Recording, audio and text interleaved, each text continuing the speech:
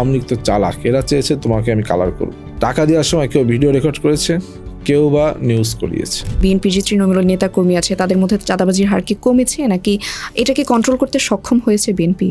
আমার তো মনে হয় হয়েছে, কারণ এখন তো আমরা এরকম কোনো নিউজ দেখছি না। অনেক সময় অনেক কিছু মিডিয়া ট্রায়াল হয়, আবার অনেক সময় কিছু ঘটে, কিছু প্রচারিত হয়, আবার অনেক সময় অনেকটাই মিথ্যা। অর্থাৎ হয় না আমি এমনটা বলবো না, হয় বলেই তো মানুষ সুযোগ পায় বলেই তো করে। আপনি কাউকে সুযোগ না দিলে কিন্তু কেউ কিছু করতে পারবে না।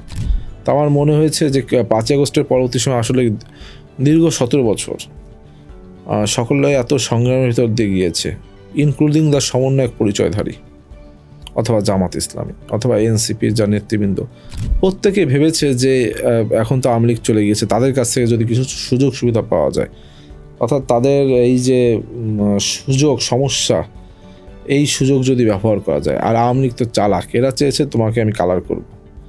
এরা করেছে কি বিভিন্ন নেতাকর্মীকে ডেকেছে, ভাই আমি কিছু টাকা দিচ্ছি, আমার একটু হেল্প করো। টাকা দেওয়ার সময় কেউ ভিডিও রেকর্ড করেছে, কেউ বা নিউজ করিয়েছে। অর্থাৎ এটা কিন্তু ফ্যাসিবাদেরই একটা প্রকল্পের অংশ হিসেবে, কিন্তু অনেকে বুঝতে না পেরে এই ফাঁদে পা দিয়েছে। এই জন্য আমার মনে হচ্ছে যে এগুলো বেশি নিউজ হয়েছে, সে সকল দলের নামে, শুধু বিএনপির নামে না।